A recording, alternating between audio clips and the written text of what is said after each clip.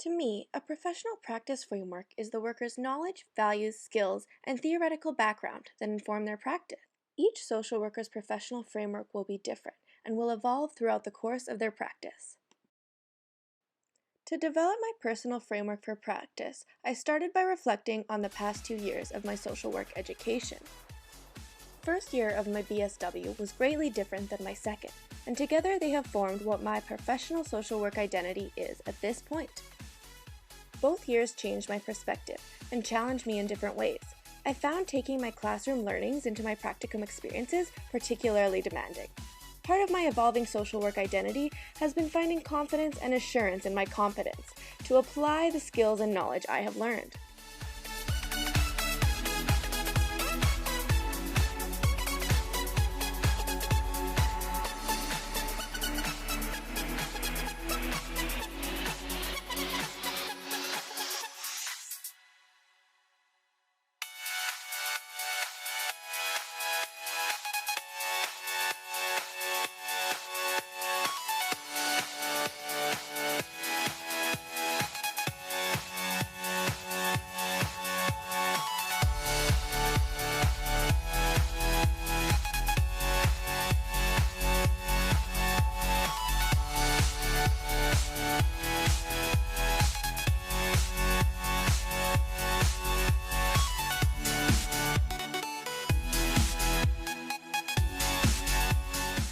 One of the first things I learned in my BSW was the importance of our ethical obligations in social work. All social workers in Alberta are expected to know and follow the principles of the Alberta College of Social Workers Standards of Practice and the Canadian Association of Social Workers Code of Ethics and Guidelines for Ethical Practice. These resources outline how social workers can remain ethical in practice and avoid harming their clients or themselves. Ethically ambiguous situations are inevitable in social work practice, and ethical frameworks are useful to guide social workers in these situations. I've learned there are both absolutist models and relativist models, and I tend to lean towards the latter. Relativist models are derived from teleological theories that say that decisions need to be made based on the consequences they create. In contrast, absolutist models are based on deontological theories and say that right and wrong is determined by an obligation to an established authority, meaning there are no absolute requirements regardless of the consequences. Relativist models in social work include the ethic model, the tracking harms model, and the ethical problem-solving model. Each of these are useful for my professional practice, depending on the given situation.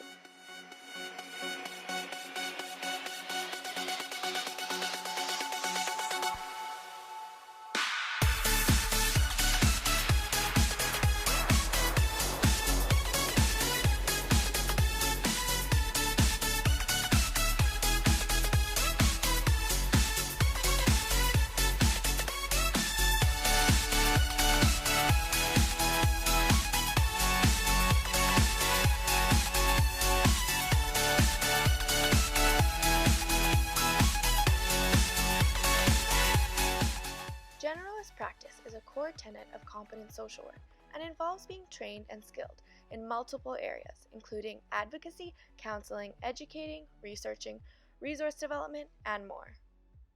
Social workers must have a broad skill set, as there are many areas social workers can be employed in.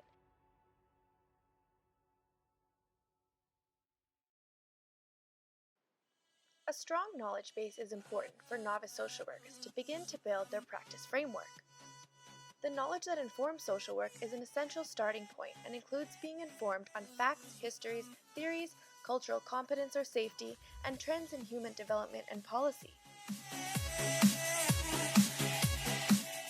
Another important part of developing competence in generalist practice is examining one's values and the social work profession's values. Of course, we all also vary on our personal values and different social locations, and these influence our practice as much as our professional values do. For myself, my family and our privilege greatly influence my perspective and values. For example, my parents have always taught me about social justice and tend towards the more liberal side of the political spectrum.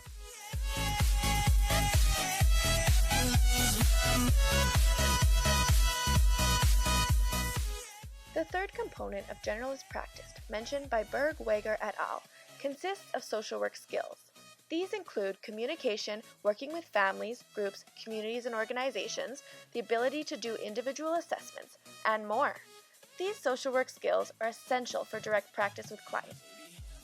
This is why it is important to follow the formal social work in-class learning time with practicum experience. My practicum experiences help me better understand how our educational background is brought into real-life practice. I've begun to develop the generalist skills for my practice and look forward to building them further in my real-life work experiences.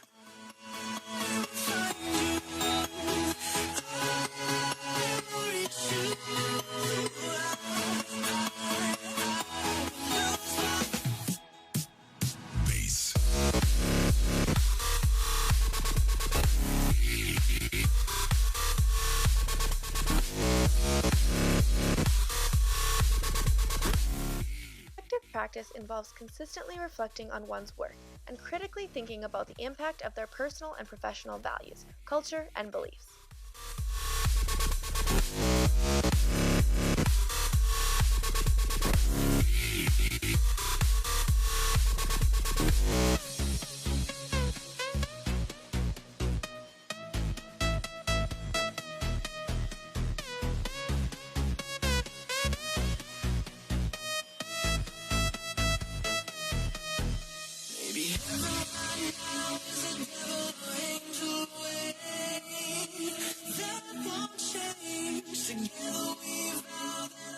To find my preferred theories, I needed to spend time learning about some of the prominent ones relied on in the social work field. I ended up spending a lot of time researching theories, more than I anticipated.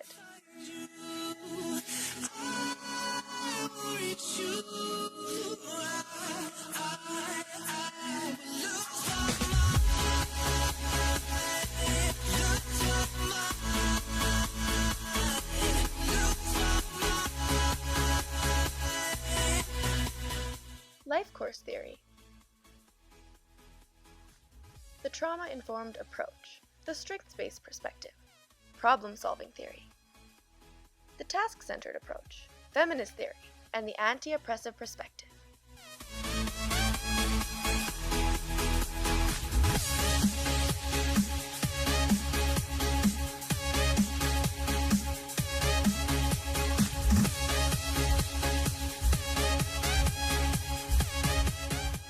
To represent my emerging social work identity and my self-reflection on this, I decided to create a word collage. This collage is in the shape of an H to represent myself and the words and concepts that are important to me. I chose words that reflected both the good and the bad of my journey and focused on how my practicum experiences in particular challenged me in new ways. I have so many different feelings and attitudes about my experiences so far, and I think the collage is a good visual representation of this journey. One self-reflection activity I have found helpful for practice is daily journaling. I believe I have strengthened my self-reflection skills significantly through my BSW, but it continues to be a challenging area for me.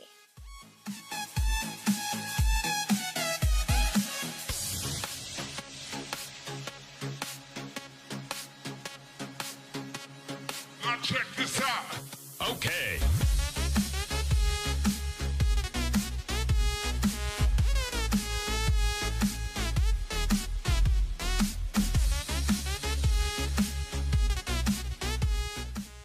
Training to be competent with diversity is not simple, and there are so many unique factors at play. It is our duty as social work professionals to ensure we show respect and remain non-judgmental in every context, and avoid making presumptions based on stereotypes or preconceptions. Cultural competence can be defined as the ability of systems to provide care to patients with diverse values, beliefs, and behaviors, including tailoring delivery to meet patients' social, cultural, and linguistic needs. Many, including myself, have come to see the term cultural competence as misleading and inaccurate, because competency implies a person can be fully versed in this area, which I don't believe they can be. I prefer the term cultural safety, which can be defined as going beyond the concept of cultural sensitivity to analyzing power imbalances, institutional discrimination, colonization, and colonial relationships. You can't stop it from shining. The concept of cultural safety was developed in the 1980s by nurses in New Zealand.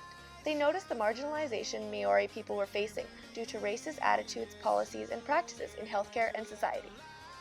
On my mission to learn more about cultural safety, I came across the Alberta Health Services learning modules titled Indigenous Awareness and Sensitivity, Our Wellness, which introduced me to the idea of cultural safety being on a continuum. This continuum has discrimination at one end, and on the other end is cultural safety as the end result of appropriate cross-cultural care.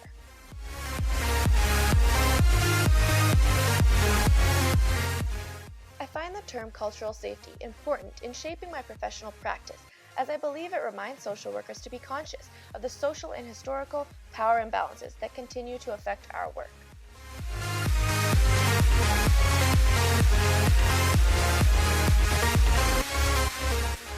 The AHS module Infusing Culture and Sensitivity talked further about cultural safety and said there are 7 potential help-seeking barriers which can lead clients to feel culturally unsafe accessing services.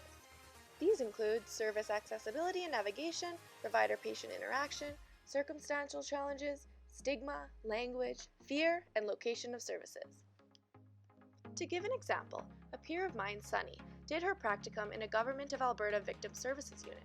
This service is located in the John E. Brownlee Building in downtown Edmonton. This building is among other government buildings, including our provincial and federal courts, and within the John E. Brownlee Building, there are many services, including for child custody or other court matters.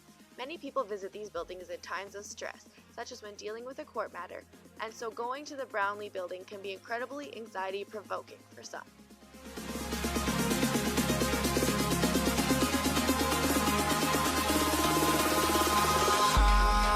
In the sky, gazing far into the night, I raise my hand to the fire, but it's no use, 'cause you can't stop it from shining through. It's true, baby, let the light shine through. If you believe it's true, baby, won't you let the light shine through for you.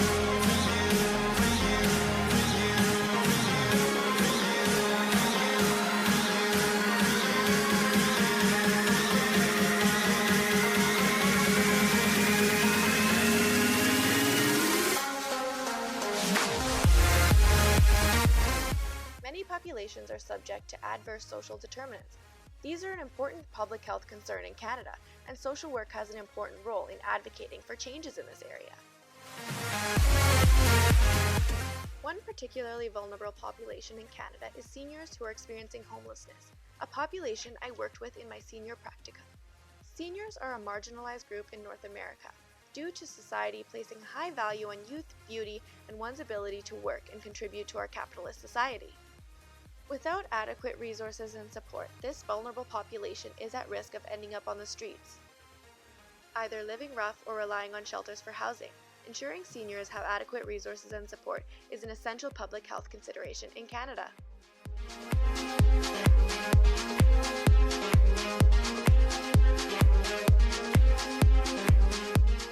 My professional social work framework has evolved rapidly in the past 2 years, and I now have a direction for my practice upon graduating. I expect my professional practice framework will shift greatly again when I enter the field as a paid worker, as this will be a big change from my experiences thus far. Thanks for watching!